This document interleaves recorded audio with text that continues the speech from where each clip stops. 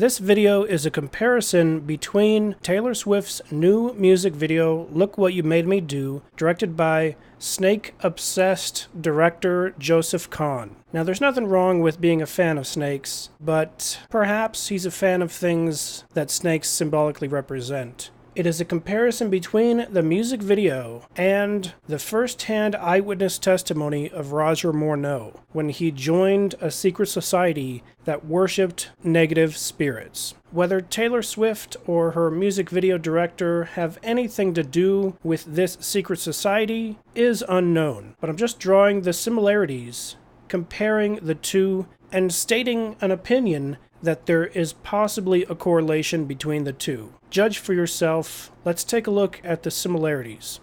He says, I want power. I go right to the source of power. And he says, how do you think that I became famous the way that I am?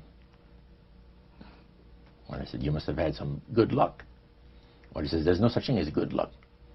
He says, there's either some power working for you somewhere, or you don't get ahead in this world. Not in my type of occupation. So it went from there. We got talking about spirit worship, and he told us, he says, look,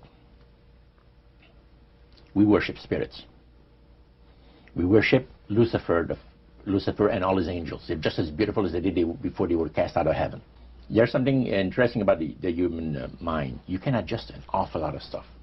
You can adjust to a lot of things that would terrify you to begin with. After a while, they become common and ordinary. So you mean contact with the supernatural can become commonplace and ordinary and doesn't bother anybody? Yeah. In other words, the more that you do it, you're not uncomfortable. That's right. It's just not an uneasy feeling. Yeah. So how did you feel about it? Then I got into a secret society that worshiped the spirits, you see. But when you get into a secret society of spirit worshippers, then, and especially when you're invited there by the direction of the higher-ups in the spirit world, you never get out of there alive. It is time for you people to become acquainted with the worship room of the gods. Well, we started to move toward a beautiful grand staircase. Beautiful. The banister was huge. It was massive. And the wrought iron work that they had done, it was super. The beautiful decorations on the walls, the chandelier on the first landing. See, that was the first landing. You go down about 8 or 10 steps, and then you had the first landing. It was huge and beautiful. The light arrangement was the nicest I had ever seen in my life. When we got into this sanctuary area, it wasn't very brightly lit, but everything was well, magnified the beauty of certain things. You know, like a lot of the things were gold-plated or gold trims. See, the little altars where they had the spirits that had materialized. They photographed them, and then they had paintings made of them. And there was probably about maybe 100 of those around the place. Sort of like a shrine? Yeah, and underneath there was a little altar where you have incense and things that they would use in their prayer sessions and things like that, devotions to certain spirits. And some of the objects in there, the priest said, were solid gold. It was a unique experience to see that. So how did you feel when you walked into that room? I felt that these people had power, and they had a lot of it. Did that attract you? Yes and no. You had mixed feelings about it? I had mixed feelings about it, yeah.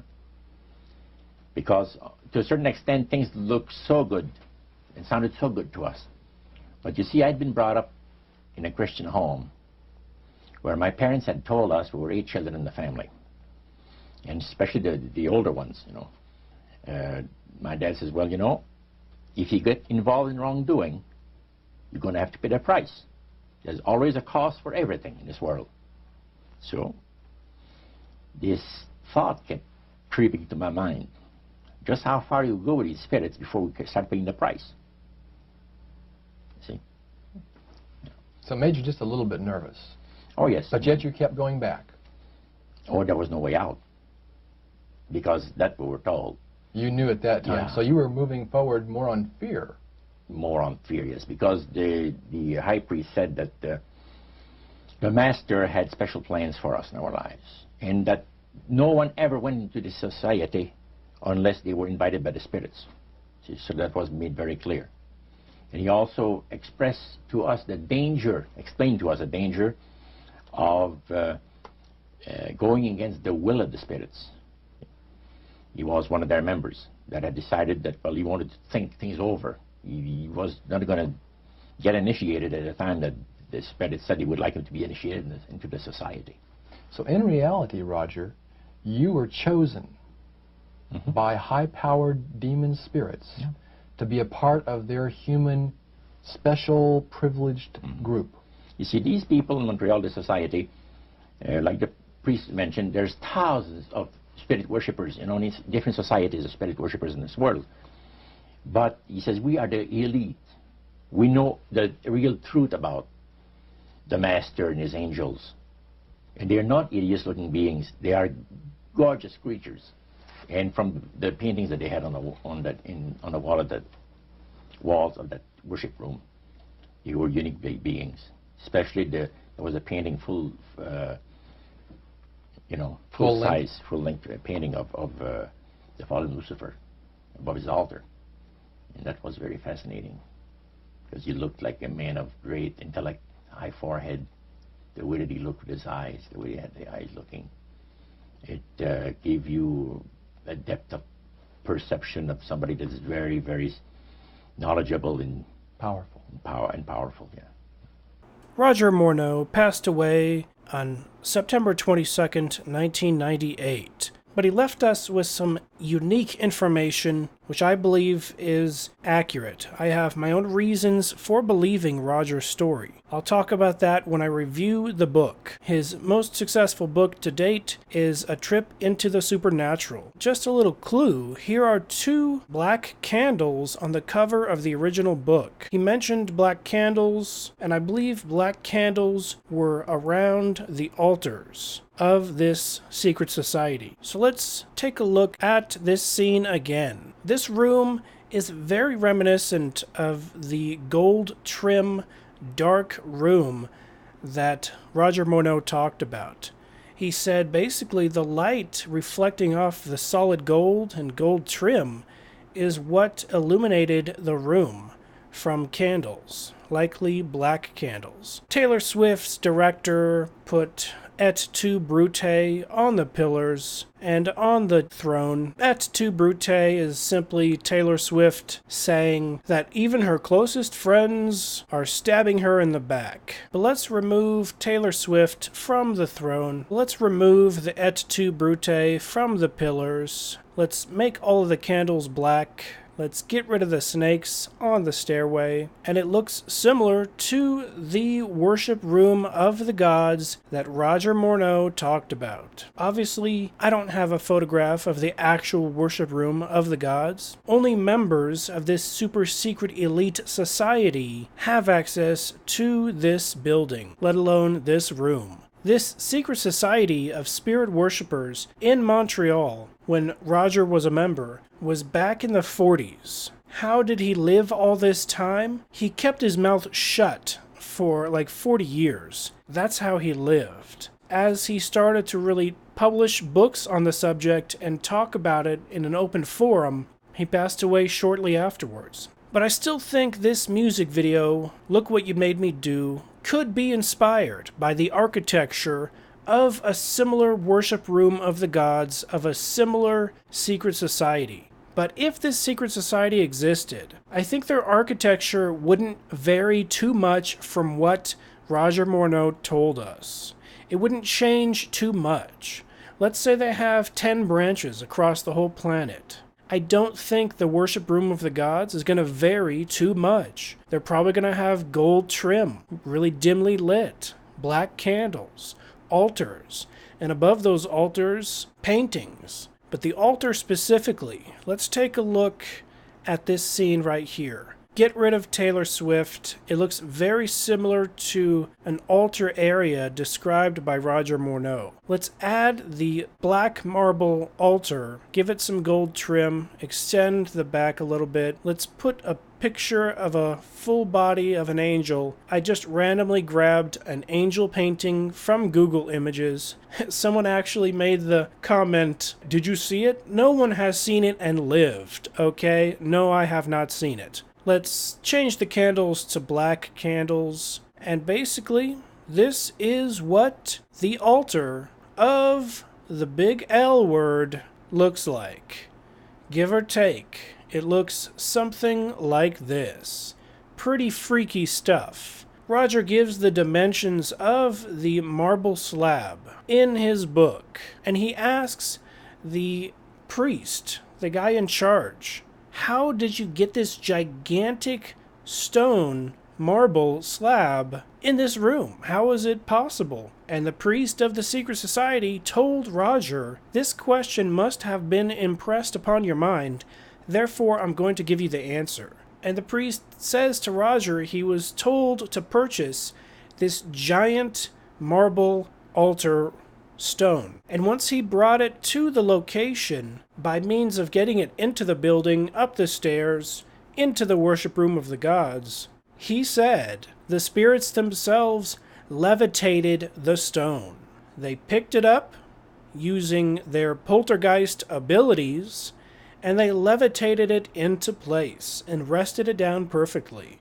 A scenario some might associate with the magical process by which perhaps the pyramids were built. Pyramids aside, there is a potential poltergeist negative entity lifting of objects in Taylor Swift's video, in this exact same scene. As you can see here, a snake or two snakes are lifting the teapot and the kettle, and they're pouring it for Taylor, and she casually just grabs it. These two snakes could easily represent poltergeist negative spirits, the same ones Roger talked about. In the very beginning of his book, and I will do a review of it in the future, he talks about the most fantastical thing about the whole story from his perspective to really hook you in to read the rest of the book. He talks about after he quit the secret society, for 6 months straight, he was harassed by poltergeist activity, including his lamp being lifted up and levitating in the air, his painting being lifted up and levitated off the wall, and being moved around by invisible forces. Now this teapot and kettle are being lifted by CGI snakes for the purpose of the music video, but they could easily symbolically represent actual poltergeist activity that perhaps Taylor Swift has seen and taken advantage of, or perhaps the director, or perhaps is merely a coincidence. But I still think there might be something to this. It freaks me out. When I saw this scene in Taylor's video, Look What You Made Me Do, it freaked me out a little bit. And I too have experienced poltergeist activity, so not too many things freak me out. But specifically the snakes levitating the objects, they represent possibly the spirits, a menacing poltergeist negative entity. Very scary stuff. Here is what the altar of the negative leader of all the negative spirits might actually look like. I may have just read the book and studied the story and then watched this video and tied things together that weren't necessarily there. I understand that possibility. But there's also a possibility someone is showcasing their secret ties to a secret society. Look What You Made Me Do might even reference Taylor's over-the-top reaction to her enemies as, look what you made me do, you made me join this secret society who basically locked me up in a cage, and now I'm a slave to their demands forever. But they did promise me a bathtub full of jewels for the rest of my life. And I heard Taylor actually did clean out an actual jewelry store to fill this bathtub with real diamonds. That's pretty insane. People like Mark Dice, who call out Katy Perry 24/7 for being some Illuminati this and that, yet ignoring this extremely dark Taylor Swift video is a little bit hypocritical. So that's one of the reasons I'm also making this video. Perhaps she's innocent, perhaps it's the director, but she's definitely putting on a dark image, an image of someone that perhaps joined a very dark secret society. They promise you riches and fame, whatever you want, your heart's desire, times a billion. The only thing is, you can't leave. The only reason Roger was able to leave is he supposedly was protected after joining a church. I don't endorse Roger's church. It's the only part about Roger's story which I don't fully endorse, but I think he did find a church that helped him find protection. 3 extremely over-the-top, obvious, demonic, if you will, segments of this music video involve Taylor talking about how the old Taylor is dead. That could be a reference to obviously being born again, or the reverse of born again in a secret society such as Roger Morneau described. And then we could talk about the most obvious crucifix scene. The T obviously stands for Taylor, but it's still most obviously blaspheming a Jesus Christ pose in front of a cross. And then there's a more subtle possible reference to the devil. Here are some lyrics from this song. Perhaps Taylor is talking about the angel that was cast out of heaven, possibly her new master. I don't like your kingdom keys, they once belonged to me. You asked me for a place to sleep, locked me out, and threw a feast. This could reference the devil being thrown out of heaven and Jesus having the Last Supper. That could be the feast referenced in these lyrics, or as some fans say, it could have something to do with Katy Perry's Bon Appetit video, or something totally unrelated. It's just the Kingdom Keys seemed for me to think that it might be spiritually related. These are simply observations and opinions. I thank you for watching. This has been John Razimus with Occult Unmasked. Be seeing you.